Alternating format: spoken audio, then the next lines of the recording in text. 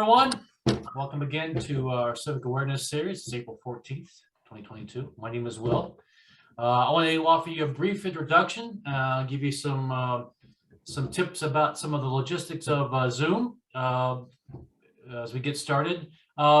This month's Civic Awareness Series is about, we titled it Climate Change Action in Review, the Metropolitan Mayors Caucus on issues and the role of electric vehicles as we transition away from fossil fuels. Our presenters tonight are Ms. Edith Makra and Mr. Tim Milburn.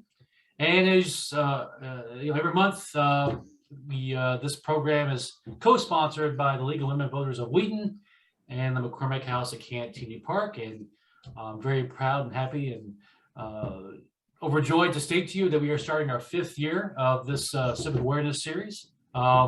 Obviously, we're virtual, but as things are progressing, we hope to have welcome you all back into the McCormick House, in the next few months.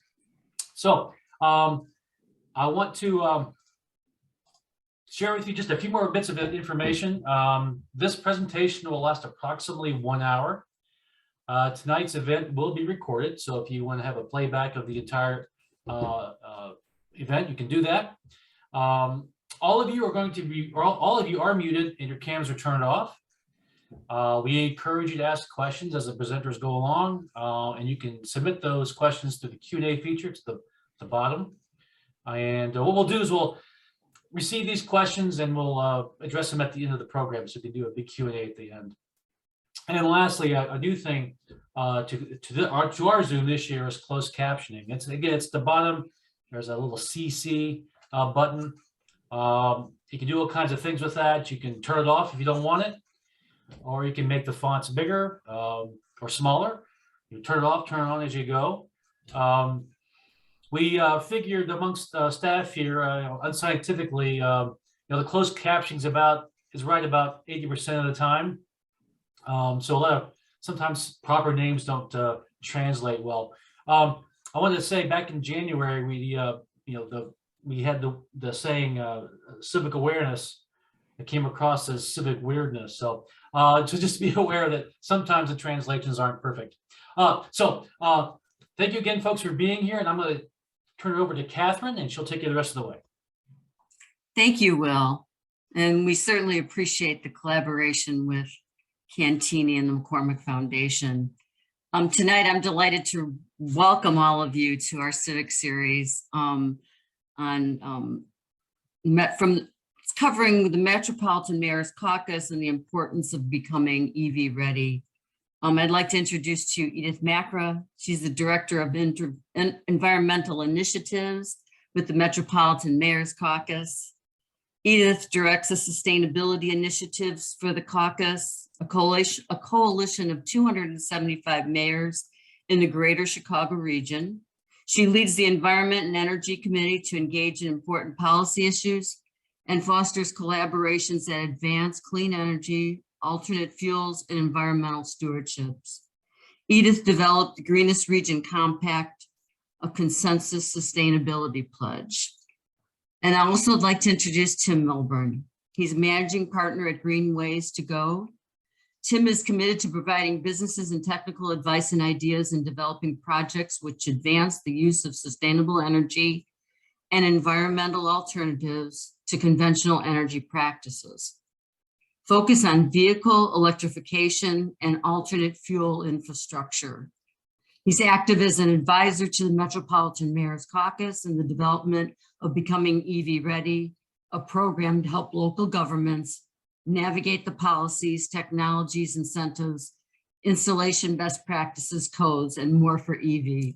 So welcome, Edith and Tim, and we'll begin the program now. And welcome all of our attendees. Thank you.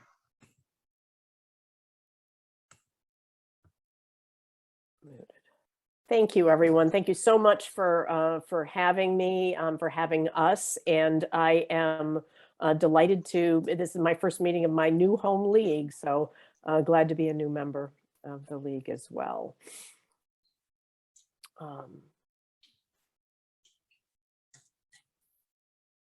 Is that the correct, how about,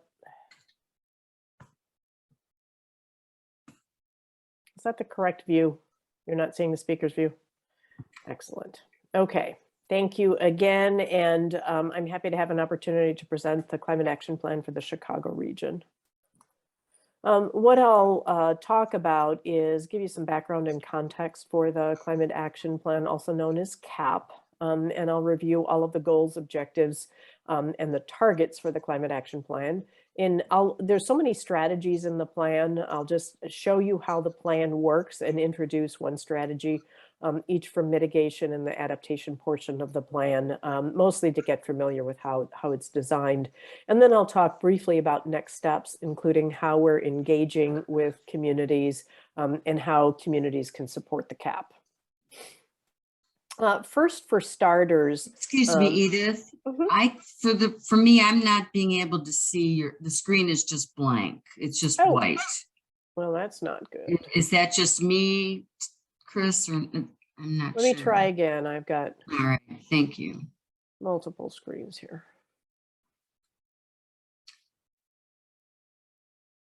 And now it's your view for your speaker view. So it's got your notes page included. There you go. Okay. And if I may, Edith, one of the things we'd love our attendees to think about while the presentation is going on is why are municipalities so important to lead climate action? Thank you. Thank you. And I hope for some, I also want to invite questions. So please, please try to not stump me, but really invite dialogue. So thanks again for your attention. Okay, so I just went over this. This is what the plan is to talk about. I'll give you an overview of the CAP. And now this is showing clearly, you're seeing a map of the Greenest Region Compact in the region. Looks good? Yes. Okay, excellent.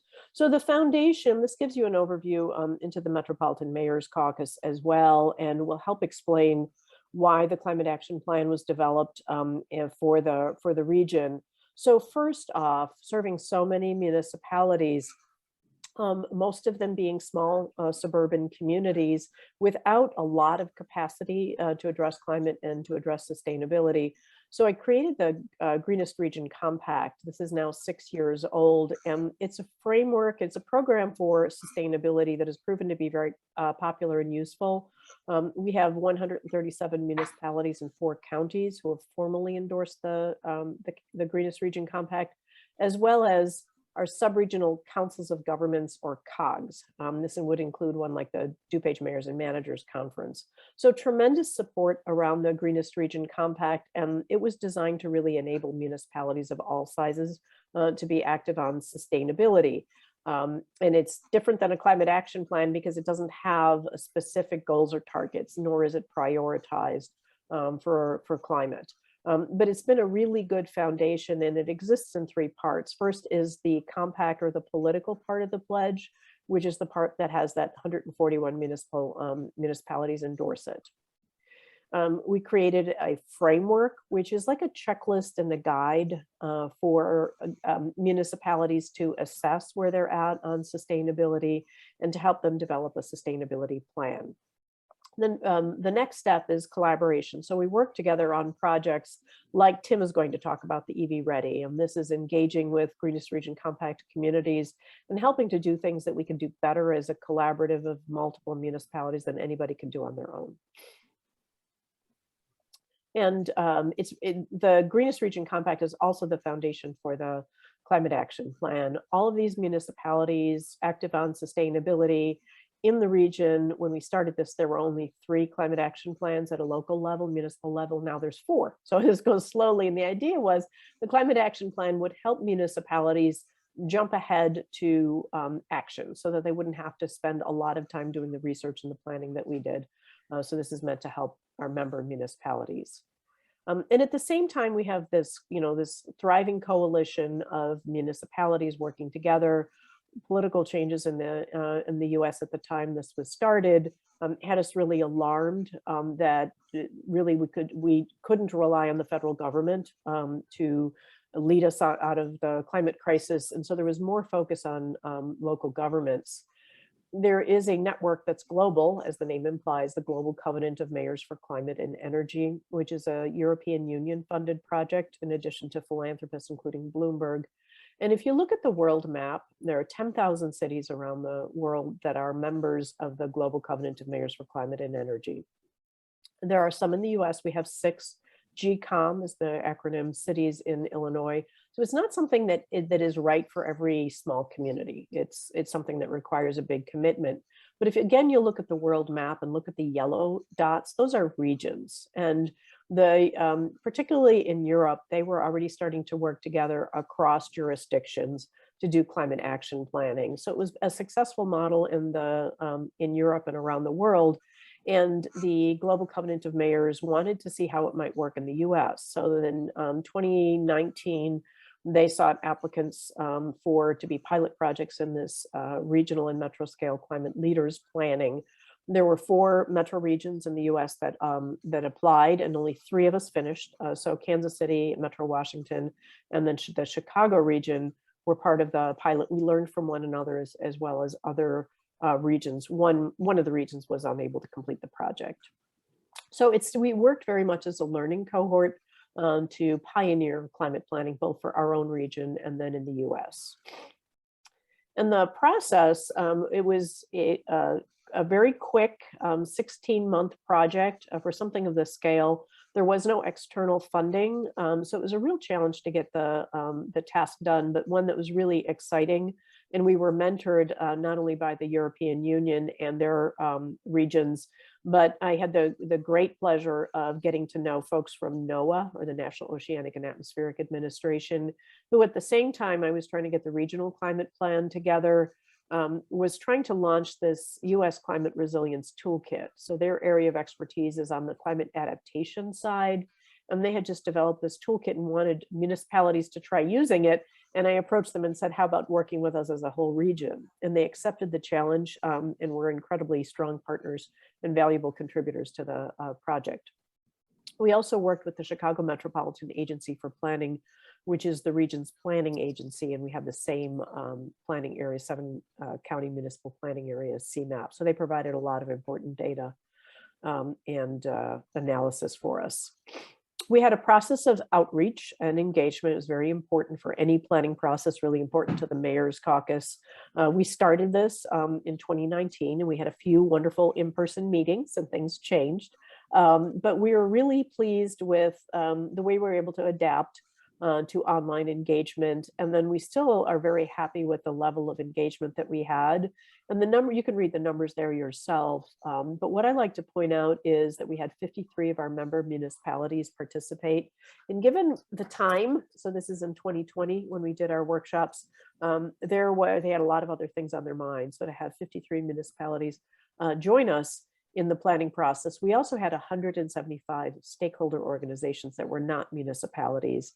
And my takeaway from that, and the message that I heard, was that they really wanted local governments to succeed, that there wasn't anything like this being done in the region, and they valued it. So we had a lot of support from allies outside of local government. So to create the CAP, it is a climate action plan for the region. And what that means, is that it's based on regional data. And you can do a climate action plan for a business, you can do it for any jurisdiction. So as long as you have the data. And for us in the Chicago Metro region, we were fortunate that CMAP, or the Chicago Metropolitan Agency for Planning, had been doing greenhouse gas inventories on a 5-year cycle. And so we had that in our pocket when we started this process. And reducing emissions is the mitigation portion of the plan. So it's very important to have that baseline, and that's what the greenhouse gas inventory gave us. This is really a measure of energy usage, and then it's tied to an emissions factor, the emissions based on the type of fuel that is being used.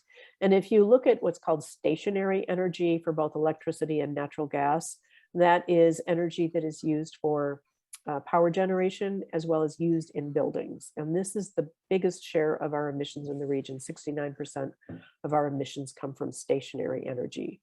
The second highest is transportation, which is flip-flop from what you'll hear for national statistics, but this is valid for the region. We have more building emissions than transportation for lots of reasons, including we have a pretty good transit system.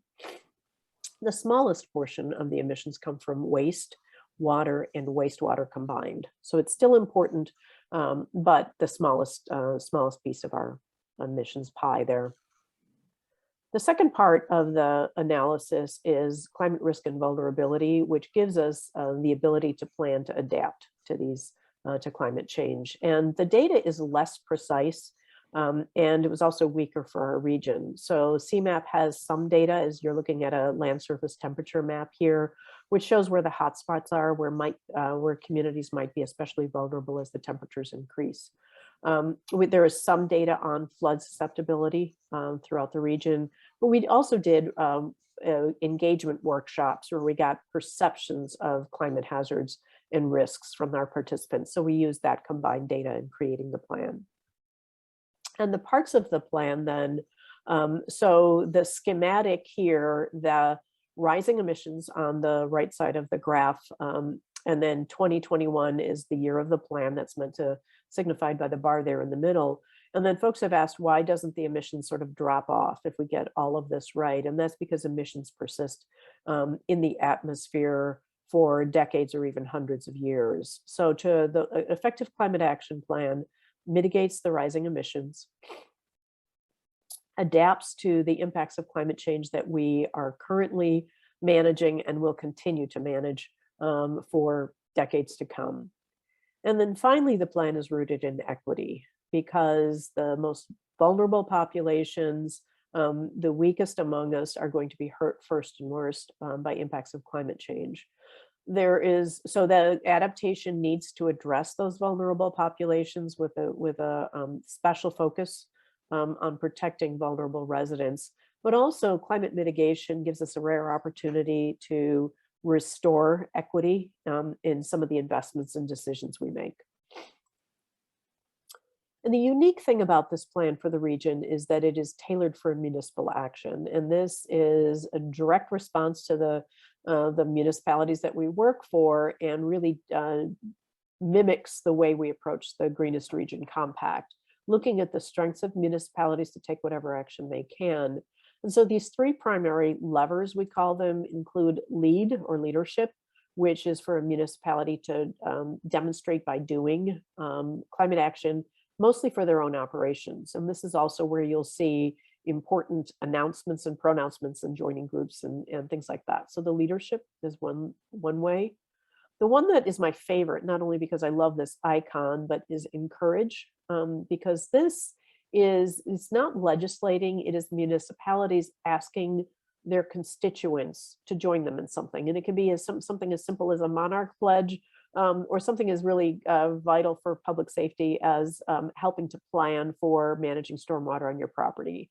But the municipalities can have tremendous influence by encouraging participation among residents, businesses, and other governments as well. And then finally, the one that is probably most obvious is enact local codes and policies on climate action. So the plan is framed around those three primary levers. And then just before we move on, to understand why local governments can be so impactful in connecting for global climate action is, if you look at the very top of the chart, you'll see there's individuals, people making decisions, people taking actions. The closest level of government that allows participation, and hopefully this is something that resonates with the League and the Civic Awareness Series here, is that it's municipal governments are very accessible and close to people. And so that relationship is something that can be leveraged for climate action.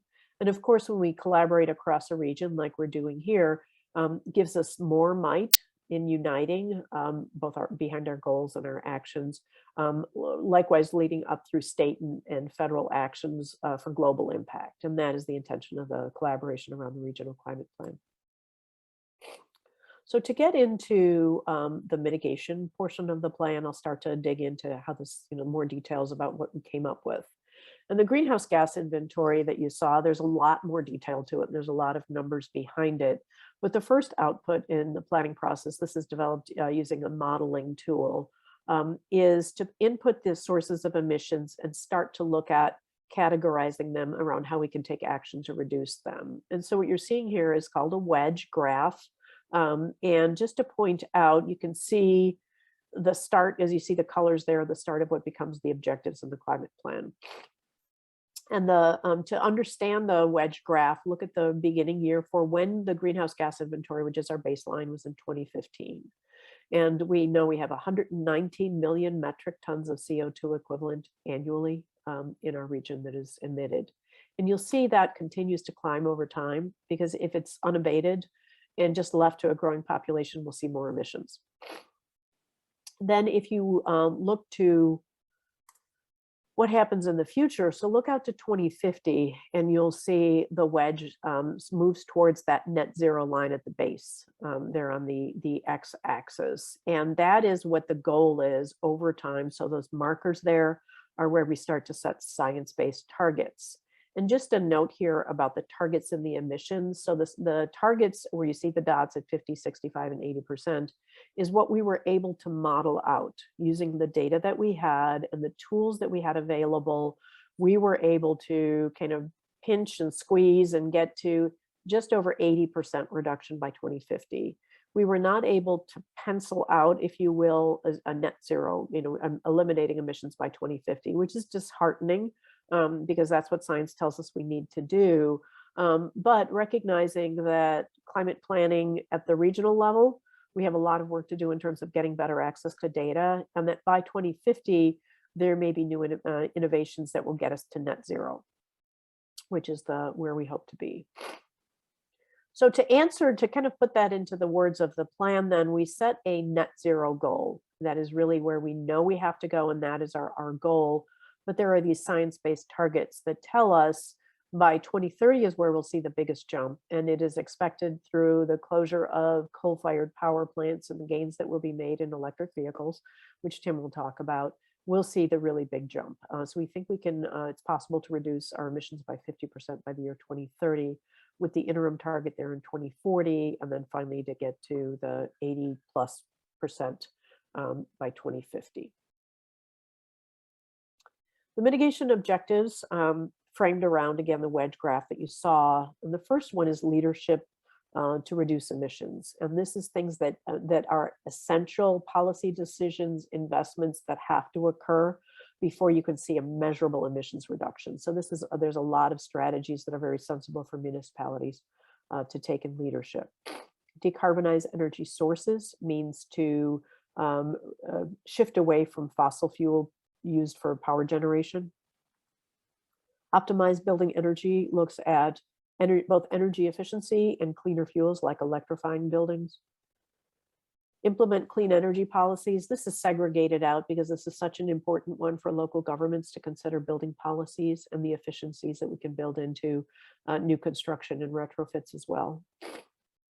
Decarbonized transportation. This is cleaner sources of fuel than the internal combustion engine.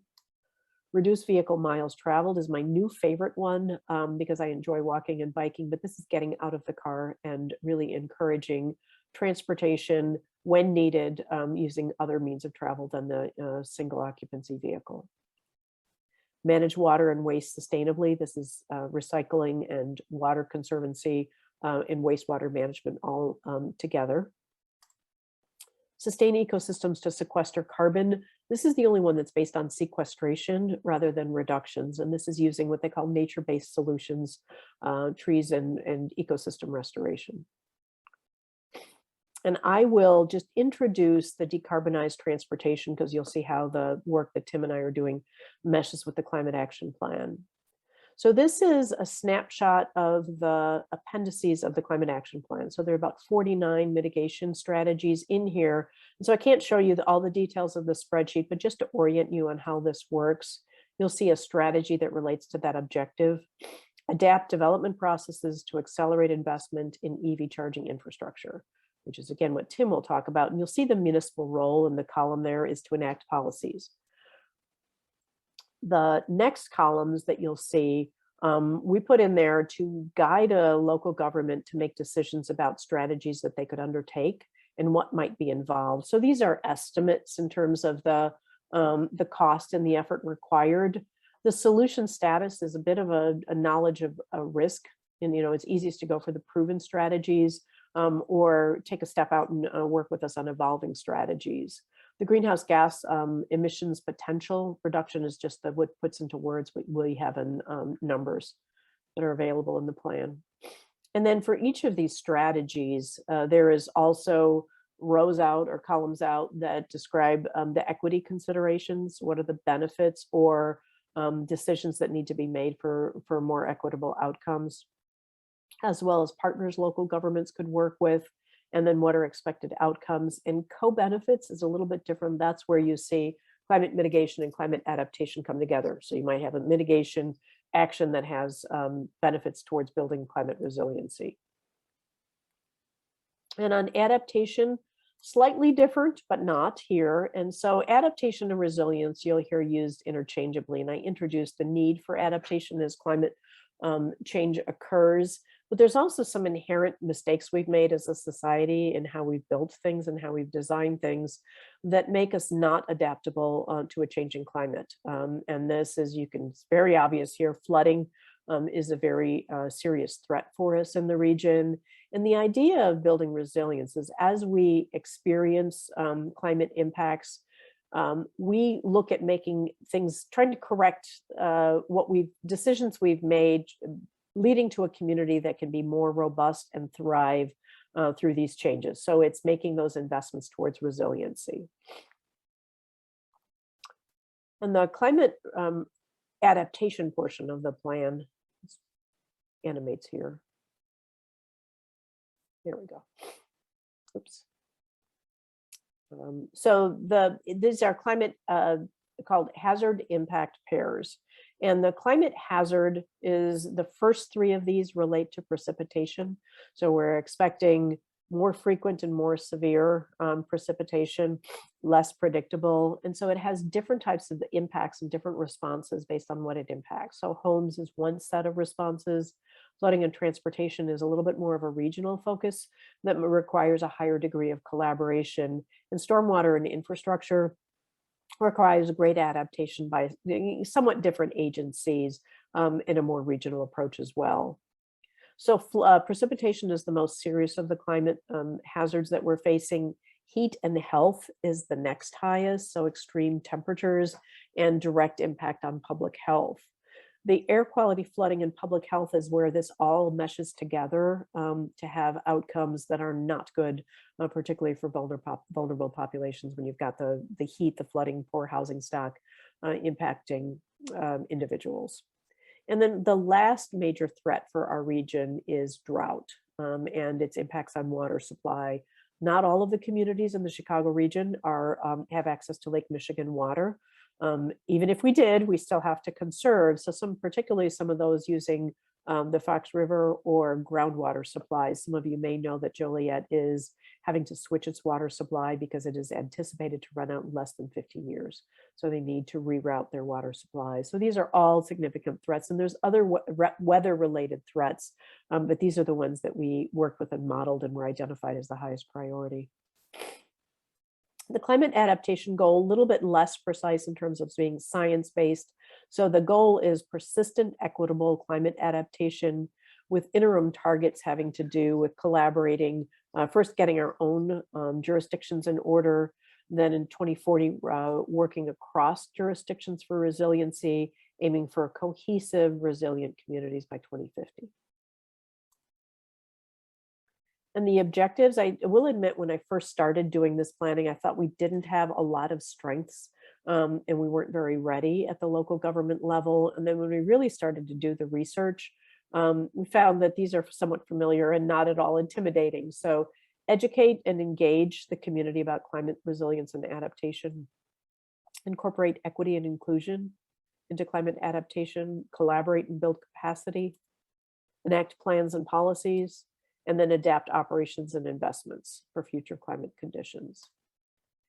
And this is, again, a snapshot of what the climate plan looks like in terms of the appendices, but the difference here between the adaptation and mitigation portion is that you can pair the actions that you might want to consider and look at their outcomes based on the climate hazard impact pair.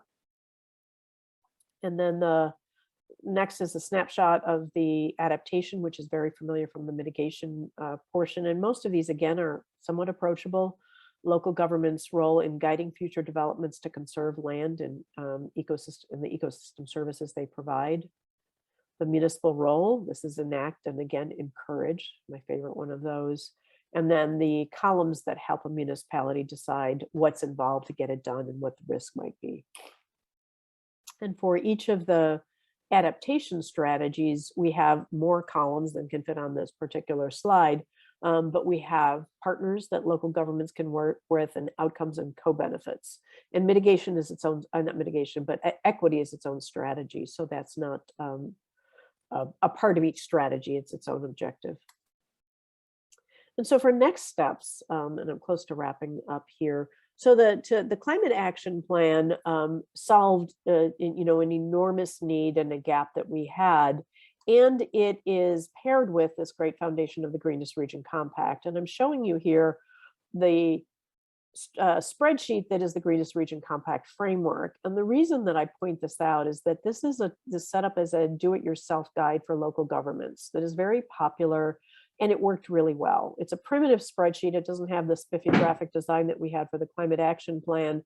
But this as a framework is something that I'd like to integrate with the climate action plan. There's a lot of parallels in the sustainability objectives and the climate action plan strategies, although they're not totally equal. And so what I'd like to do is bring these two documents together so that the local governments can use the climate action plan in the same user-friendly way that they use the Greenest Region Compact. So that's next on my to-do list, and we're seeking funding to do that. We have a lot of demand for it as well, because this will enable tracking and reporting that we currently cannot do on the climate action plan or the Greenest Region Compact. So this is fits a need.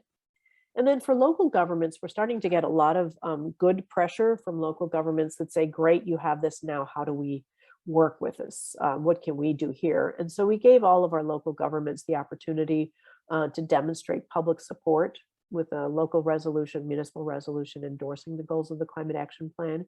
And we're at 33 so far since we launched in July. We recommend that municipalities not take on their own greenhouse gas inventory. They can if they want to, and there are resources for it.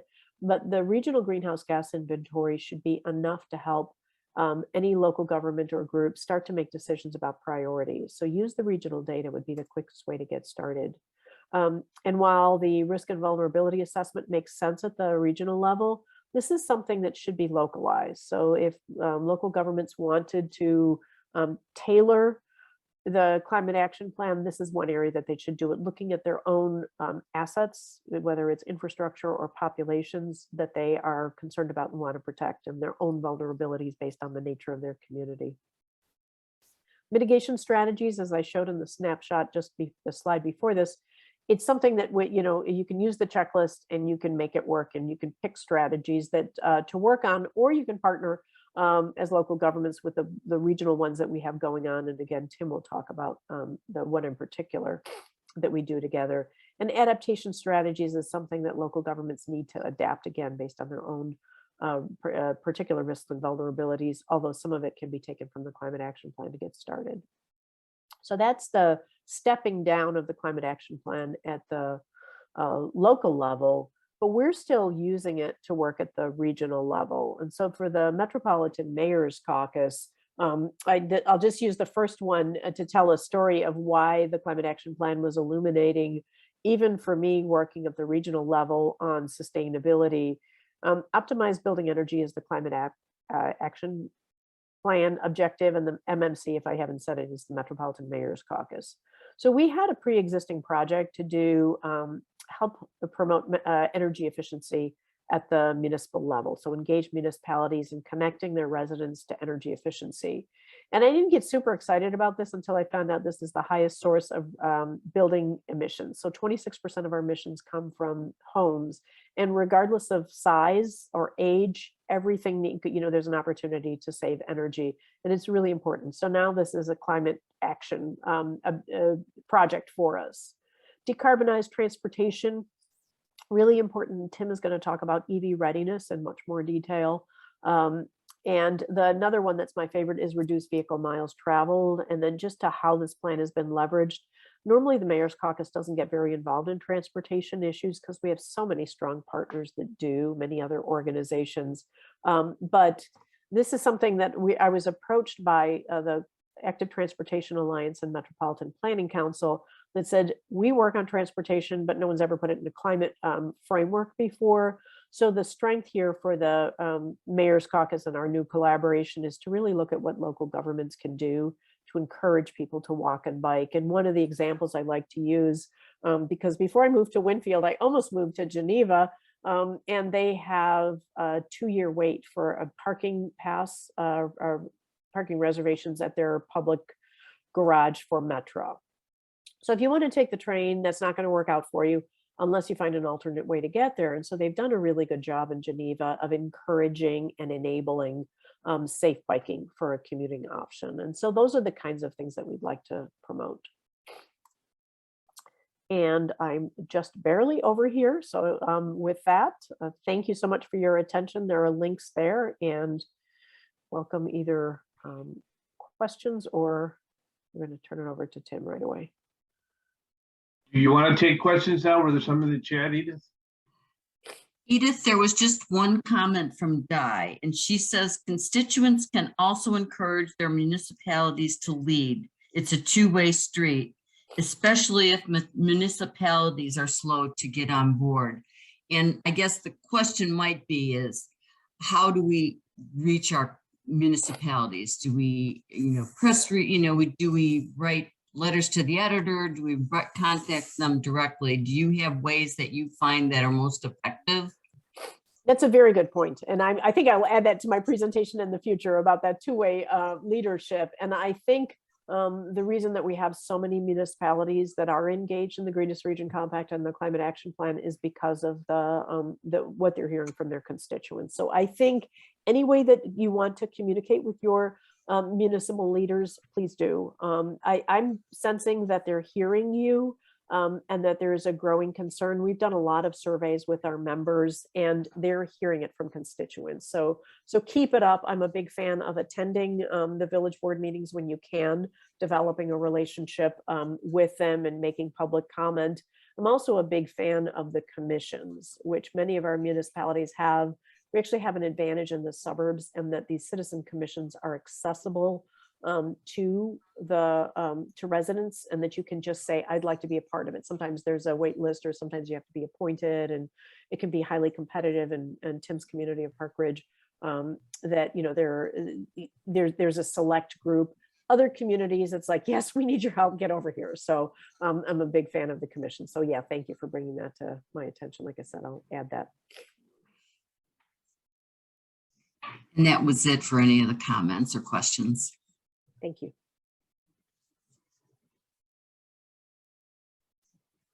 And do I have the ball? You do, Tim. All right, let me get this launched.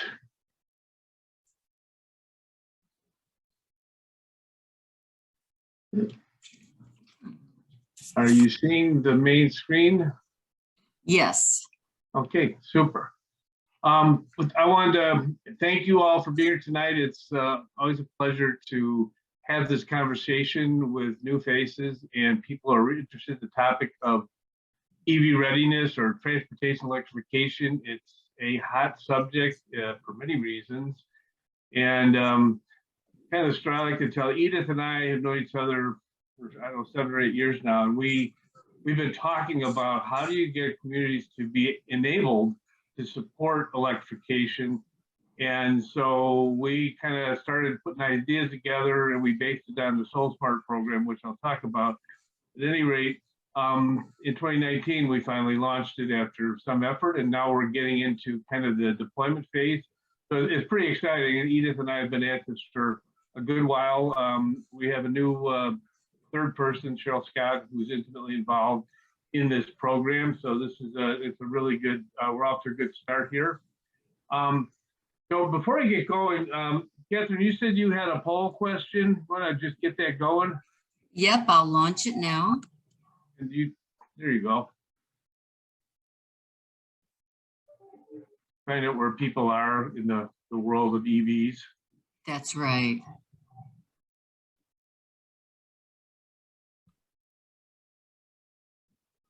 All right, we'll give it a couple more seconds here.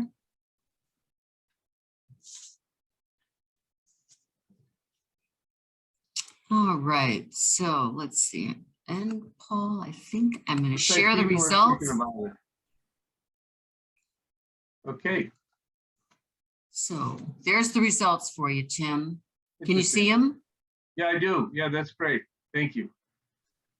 So it looks like there's a good level of interest with the audience, which is kind of important. I'm not going to talk about EVs and EV chargers tonight, although I'll be glad to talk about that stuff. I actually have my day job is I do turnkey installation of electrical systems for EV charging and EV charging, so I'm familiar with the market and the needs.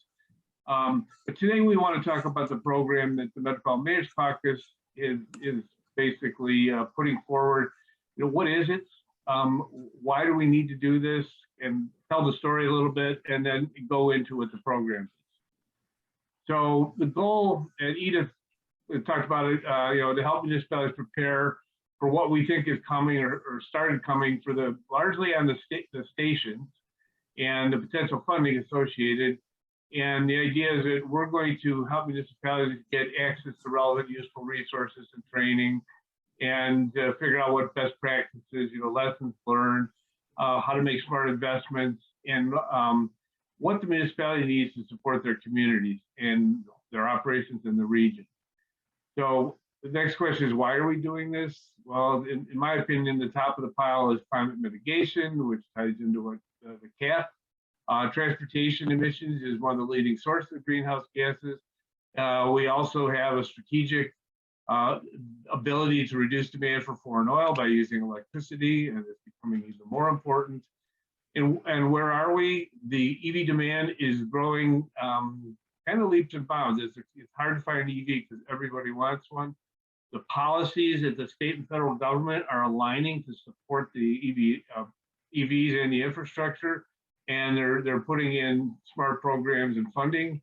And so with all this happening, we need to figure out how to manage it. And that's where EV Ready is going to come in. So I've taken a page out of the Climate Action Plan, and Edith showed this, the whole diagram of all the colors. This is just the decarbonization from transportation portion. So just to kind of marry it up with what Edith was talking about, these are the associated goals in reducing the millions of metric tons of carbon dioxide equivalents over the next 30 years. And the other thing that I find interesting is how is the market responding on the EV side? Well, in the United Kingdom, they're saying they're only going to sell EVs after 2030. In France, that said by 2040. Volvo as a corporation said they're only going to sell globally EVs. GM's going to do that by 2035, and they're talking about 25 different models in the next few years. All the major vehicle manufacturers are looking at this, and not just passenger vehicles, but you see the chart up here. There are a lot of EVs either on the road or in development, including this year, there's a bunch of pickup trucks, and there's a number of larger up to, you know, big semis. And there's a lot of electric buses because, you know, they're the ones that are running a lot of miles in cities, and they're transporting kids, and we want to get rid of the diesel emissions. So there's a lot of activity. And the other thing on the passenger side, they're expecting cost parity by 2025, which means to buy an electric vehicle versus a gasoline vehicle for the same basic vehicle, it's going to cost the same. But as it stands now, to operate, it costs about 25% of an internal combustion engine vehicle for an EV for every mile driven. So when it hits this point, it's going to be a tough sell to buy a gasoline car. And this is a prediction by Bloomberg Energy, basically saying, you know, by 2040, about 70% of the new sales will be electric vehicles, and that's split almost all battery electric and a decreasing portion of plug-in hybrids, which are the versions that have a gasoline engine as well as a battery power. And then you have the balance between the hybrid, which is not a plug-in, and internal combustion. So the other thing that's happening in different parts of the US and around the world is the electric trucks are coming online. There are fleets that are starting to buy, you know, larger and larger volumes. The prices are coming down. Corporations are also committed to sustainability. They're not being measured by sustainability factors. Transportation is a big area where they're under a microscope, and to go electric is a good way to solve that. I mentioned the school to transit buses. This is a fast-moving area, and it'll probably be the first one to reach a majority of vehicles outside of the passenger vehicles in the near term. And obviously, if you're doing all this, you have to have EV charging, and we're looking to see a lot more ubiquity, meaning we're going to have EV chargers in public available for charging vehicles at some point everywhere to remove range anxiety. Another thing that's going on is a concept called beneficial electrification, which is the integration of transportation electrification with the grid. So as all this stuff, above, we're putting in all these EVs and EV charging, we're going to be needing more power from the grid. The grid has to be basically redesigned, rebuilt, and then we're also going to be integrating renewable energy, energy storage, and demand management, and other things, a smart grid, and all this is driven to reduce costs and reduce emissions, but also it's an opportunity as we do this to kind of level the playing field and have a component of the process as environmental justice.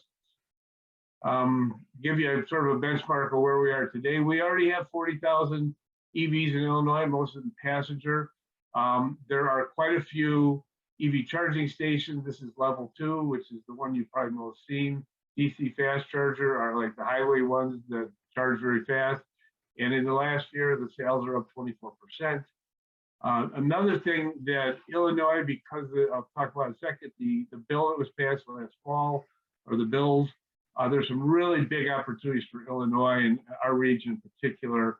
Rivian is it's a nice big pickup size vehicles being built in Bloomington. Lion is building large trucks and buses in Joliet, and up in Libertyville, there's an EV charger company called EV Box.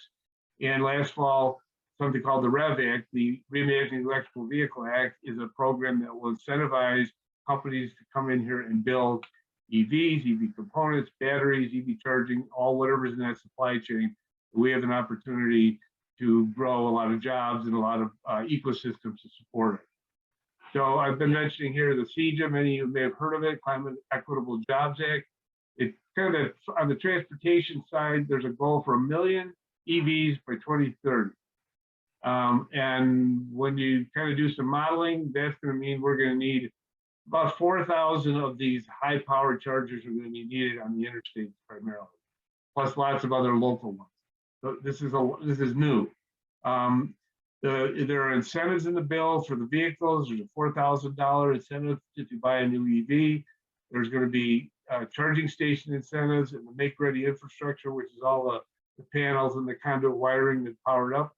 They haven't announced how much. And there's also going to be some incentives to integrate with the grid, and then some focus areas for incentives on buses and trucks. At the federal level, last fall, they announced this National Electric Vehicle Infrastructure Formula Program, or NEVI. It's basically for the interstate. So Illinois is getting $149 million. It's targeting these fast charging units.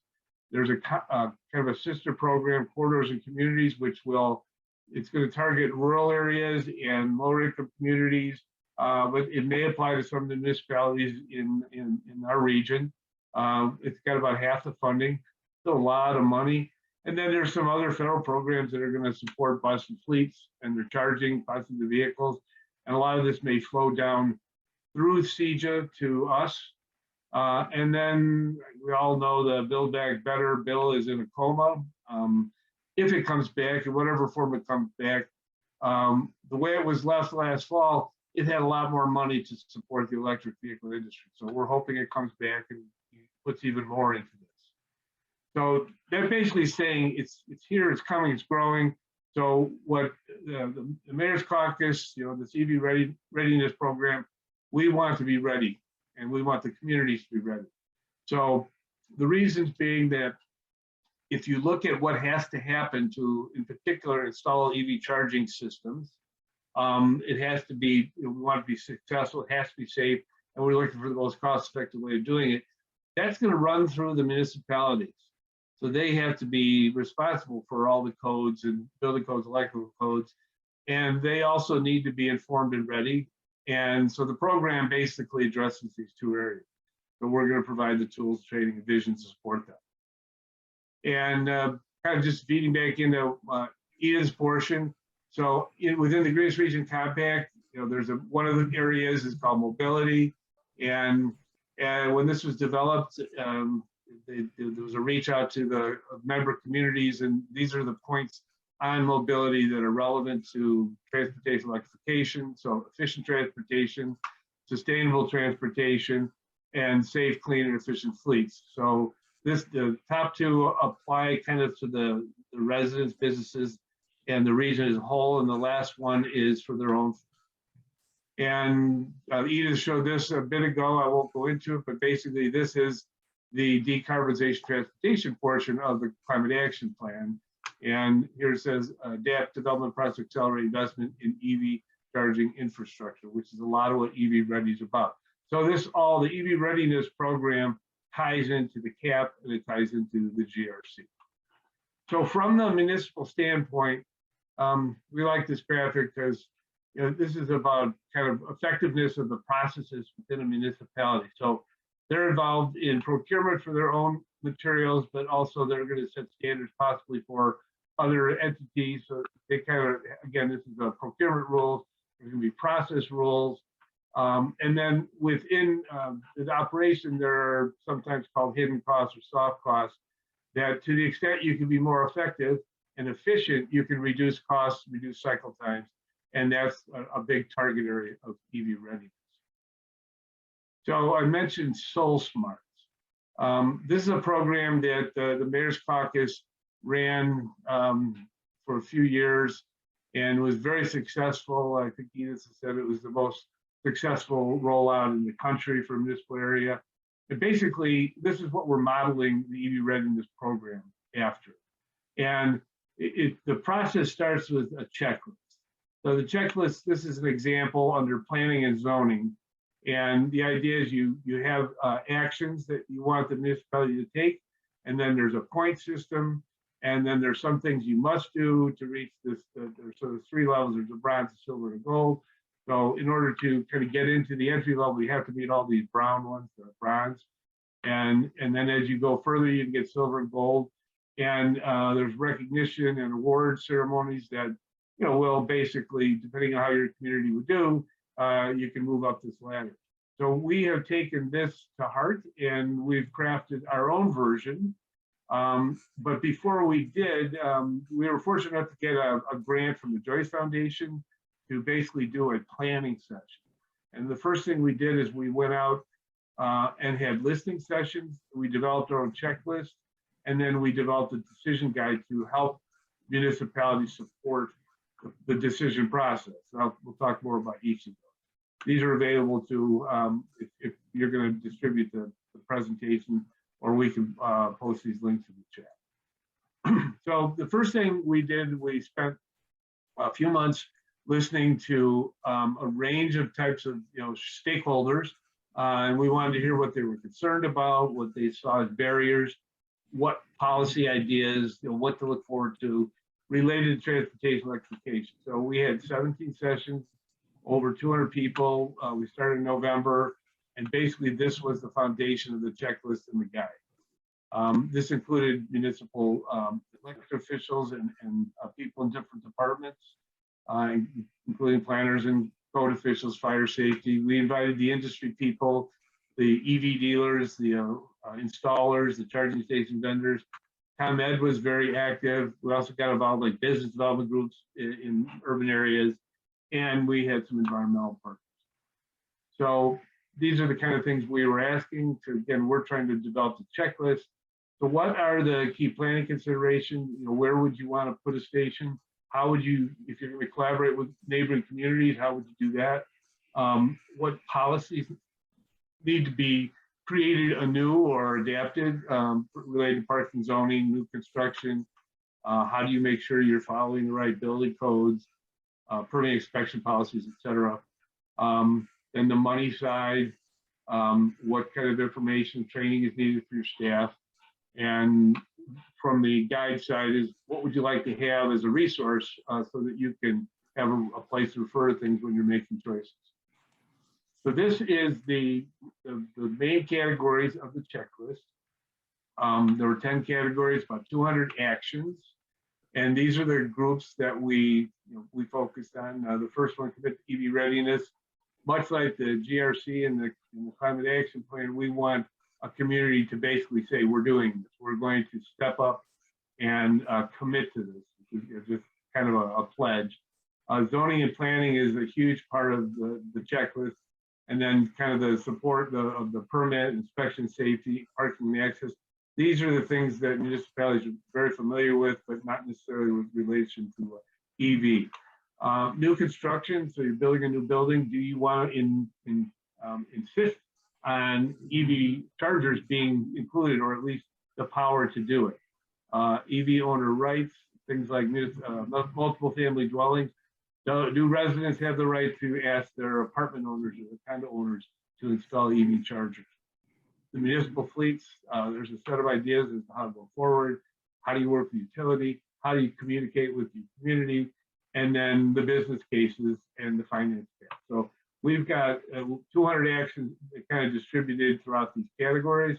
I'm going to just show a few examples here. So this is zoning and planning. And just an example here is saying, kind of the first thing is you want to have clear rules. So that to facilitate EVCS's electric vehicle charging systems, which means the EV charger, all the conduit wiring and power and all the networking that goes into the, everything that's required. So you may have rules associated with the whole scope. And so the whole thing idea is you want to make it easier. You don't want to put blocks in. So you want to review your current zoning requirements and see if you can make it easier for as they go forward. So it's one of the things that we're suggesting. These rules are not locked in. This is the starting point. We have an advisory committee now that we're tuning this in, and we're going to finalize. And part of the goal here, of course, we want to make sure this is clear. So yeah, there's going to be new rules. We want to make it easier to put in EV charging, and they have to be clear and concise. Another one on the permitting side, there's been a lot of discussion about whether or not you put in let's say a home charger. It's like putting in a pretty big load for a home. You may have to put in a new panel and stuff like that. Should you have to notify the utility? ComEd has, because they get a lot of these, they need to be able to make sure they have the power coming to a neighborhood, if you will. So should this be part of the statute that says they do it? So when people do it, they need to deal with that, get a permit to do things. And this is a big discussion. But this is, I'm just pointing out, it's kind of the areas we're working. Here's another one, public safety. Should there be kind of a commitment to train your first responders? Putting on an EV battery fire is different than a gasoline fire. Sometimes it's easier, sometimes it's harder. It's different. So should that be a requirement? I would argue it does. That's the kind of thing that each community will decide if they want to do that or not. Here's another one, community engagement. We like the idea that the municipality, either they can go through one of their sustainability commissions, volunteer groups, or they can do it as part of their staff activities. Program, get people to know about EVs and EV charging systems. So again, it's just one of many ideas. And parking for the municipalities, we had a lot of discussions on these subjects. And here's just another example. So if you want people to know about the chargers, maybe you should have signs that say, go to the library parking lot, there's an EV charger. And again, it's educational and it helps the drivers. Again, these are just lots and lots of ideas. This is actually an online tool. You can type in your zip code and it'll tell you where all the chargers are. The decision guide is it's a 150-page book with guidelines on the EVs, the chargers, how to site them, how much they cost, how to do business case, how to install equipment. And it's again, the link down there, it's free. It's a good resource for people thinking about EV charging and making investments in that world. So want to now talk about the program that we've just kicked off in the last couple of months, we're taking what we did in phase one, which was develop the checklist and the guide. And now we're looking to talk to this advisory committee to develop this further. So we want to finalize this, create the scoring system. We're working with these groups to collaborate and facilitate. We're also going to then go out into a training program and develop cohorts of communities that will go use the checklist score. I'll talk about it in a second. And then there'll be a recognition program. And we also have a component where we want to, as we get these communities involved, talk about what makes sense regionally. So these DC fast chargers in particular, if they can be located in, it's to say the corner of 4 neighboring suburbs, that benefits all 4. So maybe there's some cases to be made on planning and procurement. So phase 2, it started in January, and we're in the process of finalizing the list. And then once it's done, what we do is we build it out. So this is basically the program gets developed. And what this is saying, this is taken from SoulSmart. But what it's saying is for this particular item, this is the permitting process. And the idea is you define it. You have a verification step. You have examples, what other communities done, templates, and other informational resources. And we're going to develop this in the EV and EV charging world. And after that, we're going to go through a prioritization process, make sure we understand what the minimum amount is, develop a point system. Once we do that, we're going to develop what we call EV readiness cohorts, which will be groups of, we're targeting 2 groups totaling about 30 municipalities. The picture below was a successful story for SoulSmart, where all these communities had representatives, they all carrying their SoulSmart plaques, and that's the recognition process. So we'll go through 1 EV readiness cohort this fall. They'll go through training. They'll understand how to use the process. The idea again is they'll be able to streamline their municipal processes and support their communities, their own fleet, the region, and we'll have the ceremony, and then we'll do it all over again next year. So when we're done, the goal here is we're going to have this priorities list, the checklist. We're going to have all these tools, resources, and templates. We're going to have training workshops for some of the key areas in here. And then we'll have completed the 2 cohorts for these EV ready communities and have the recognition ceremony. So with that, that's my presentation. Are there any questions? Yeah, there are some questions, Tim. Thank you so much. What a great presentation. And it's so encouraging to see the foundations and the phases of what you're doing. But we have some comments here, questions. So Rosemary asks, are other states expanding EV charging stations too? This would impact cross-country truck drivers and vacationers. Excellent question. So, and the answer is absolutely. That NEVI program I mentioned, so Illinois is getting 149 million. Each state is getting, it's roughly proportioned out on a population basis. So if you take I-80 or I-70 or I-57, any of the interstates in Illinois, there are counterpart groups that are looking to make sure there are these EV chargers every 50 miles or more.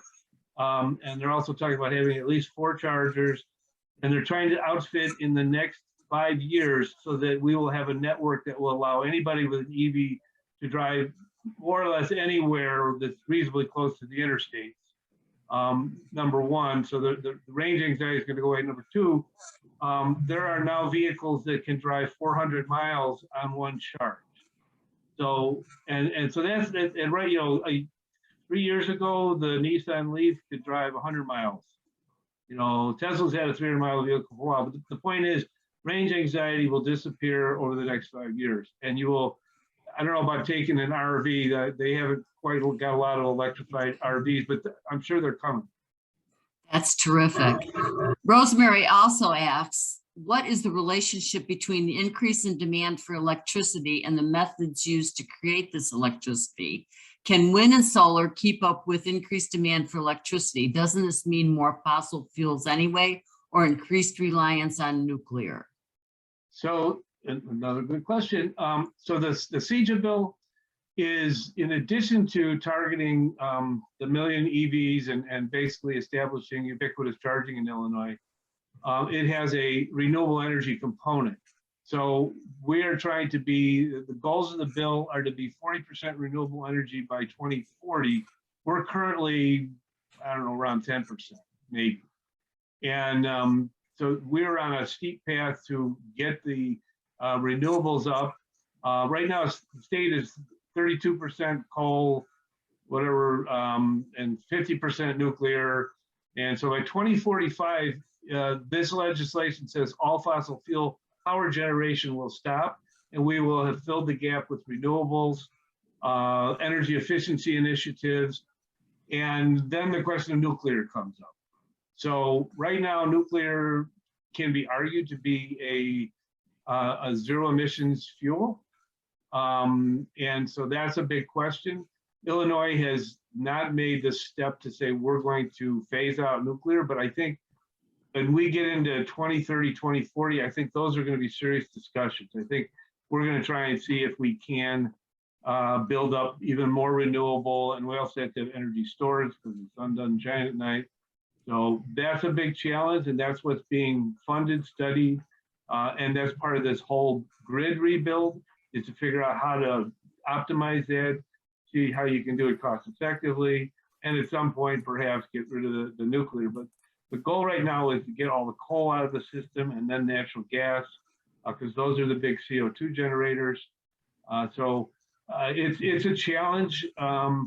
But if you look at the amount of electricity that it will take, it's a doable amount of electricity to charge all the EVs. It's not in terms of how much we'll need, it's doable. It's more of a challenge as to where you'll need. So, in my garage, I need enough to charge my EV. When you look at a fleet that's got 100 electric trucks, they're going to need a city full of electricity there. So those are the things that ComEd is wrestling with. They're all technically doable, and it's being studied, and I'm confident they can do it. I mean, 100 years ago, the streets weren't lit.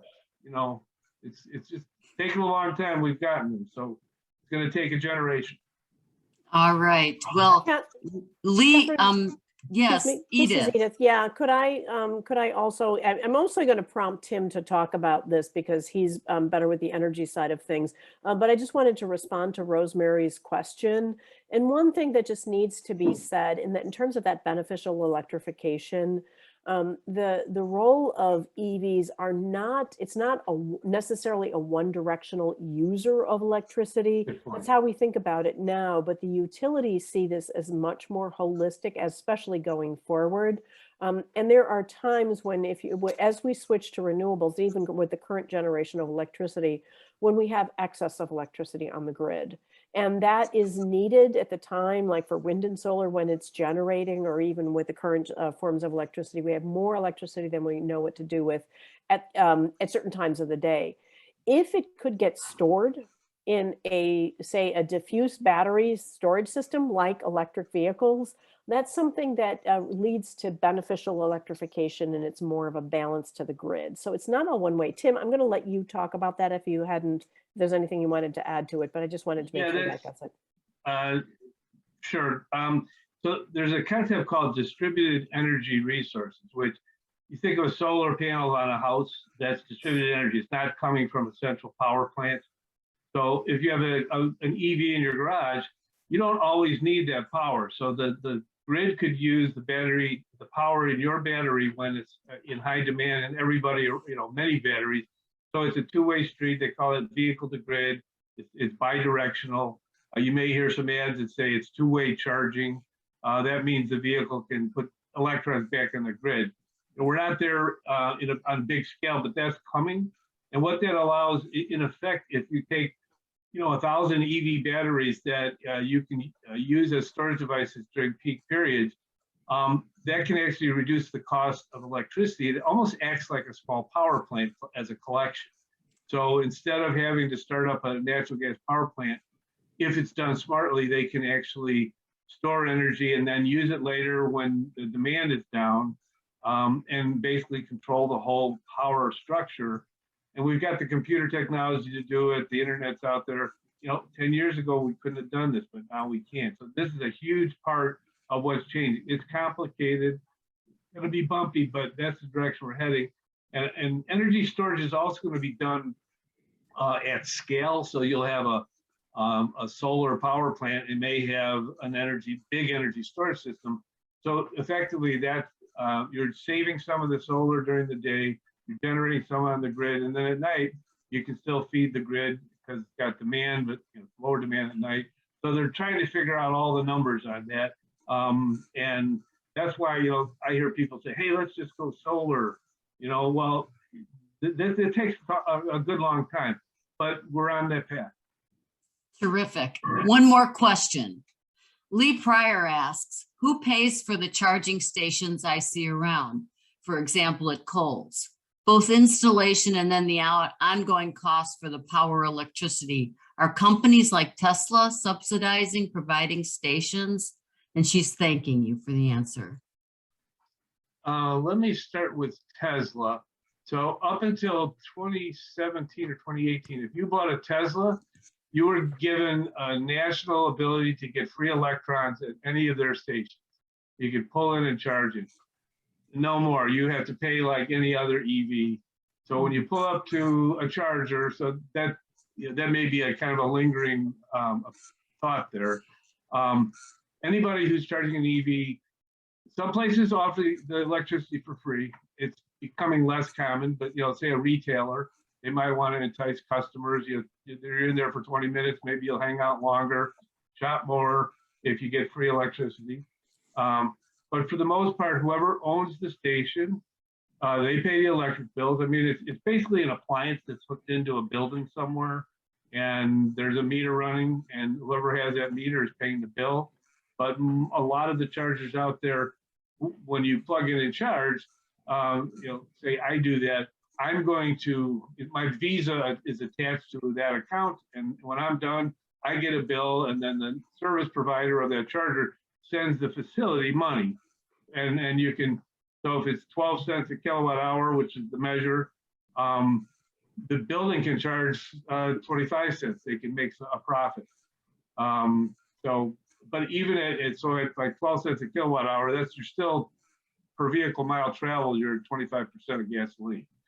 So, Terrific. so if you Barb charge 25 Layman's, Barb Layman's would like to answer, has some points to add to that. She owns a Tesla. Barb? Oh, I can only add that when we fill up our Tesla, it's $9 at a supercharger. It takes 15 minutes and we can travel 300 miles on $9. You're bragging. Pardon me? You're bragging. I know I am. I know I am. But I do want to let people know too that Tesla electric EV owners do pay a higher car registration fee because we aren't paying the gas tax to maintain the roads. So in Illinois, they did up the registration fee. I think it's like $275, close to $300, so that we're paying our fair share of maintenance, especially since our cars are heavier with all the batteries and everything. But so and that's still an open subject. I think that will over time will change how that how that's assessed. But anybody as an EV has to pay. I think for most EVs it's $200 a year fee to account for the motor vehicle tax. right. Which is a small price compared to the gasoline price, right? Right. I look at my app all the time that tells me how much money I've saved driving EV versus gas power. Good for you. I feel better every day. Well, thank you. This has been fabulous. We appreciate everybody who's been on the webinar tonight and our speakers, Edith and Tim. We're smarter for you being with us tonight. Thank you so much. We've got a lot to digest. Yeah, and if any questions come up, or do you want these presentations? I don't. Oh, I'd love it. I would love it. Okay. Super. Well, thank you all for joining us tonight. I know Edith and I both really like doing this, so. Terrific. And now Judy Beaver, our president's got some closing comments. Let me start the share here. Judy, it's Sharon. Well, thank you, Catherine. And I agree. Edith and Tim, you have made us smarter. So thank you for spending your evening with us. We appreciate your insight. And thank you to our audience. And of course, we're grateful for the partnership with Cantini. And as you can see on the screen, please join us next week. It's on a Wednesday, not Thursday, April 20th at 7 p.m. The League of Women Voters of Wheaton presents the Mayor's Roundtable, which is an excellent follow-up to this evening's program. We'll hear from our local leaders who will provide a recap of their work with a focus on climate action and sustainable practices. So you can register on our website to join us virtually, and that's Wednesday next week. And then for May programs, May 9th, 7 p.m., it's our last living room conversation before our summer break.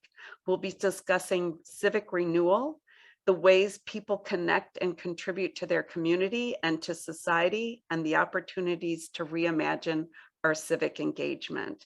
And then our next civic awareness program is Thursday, May 12th at 7 p.m. Dr. Richard Farkas will be speaking about the Russian situation in Ukraine. So we hope you'll join us next month as well. Details will also be on our website and Cantini's website. So please remember, these programs are free, and registration, though, is required. Everyone is always welcome to attend. So thank you again and good night.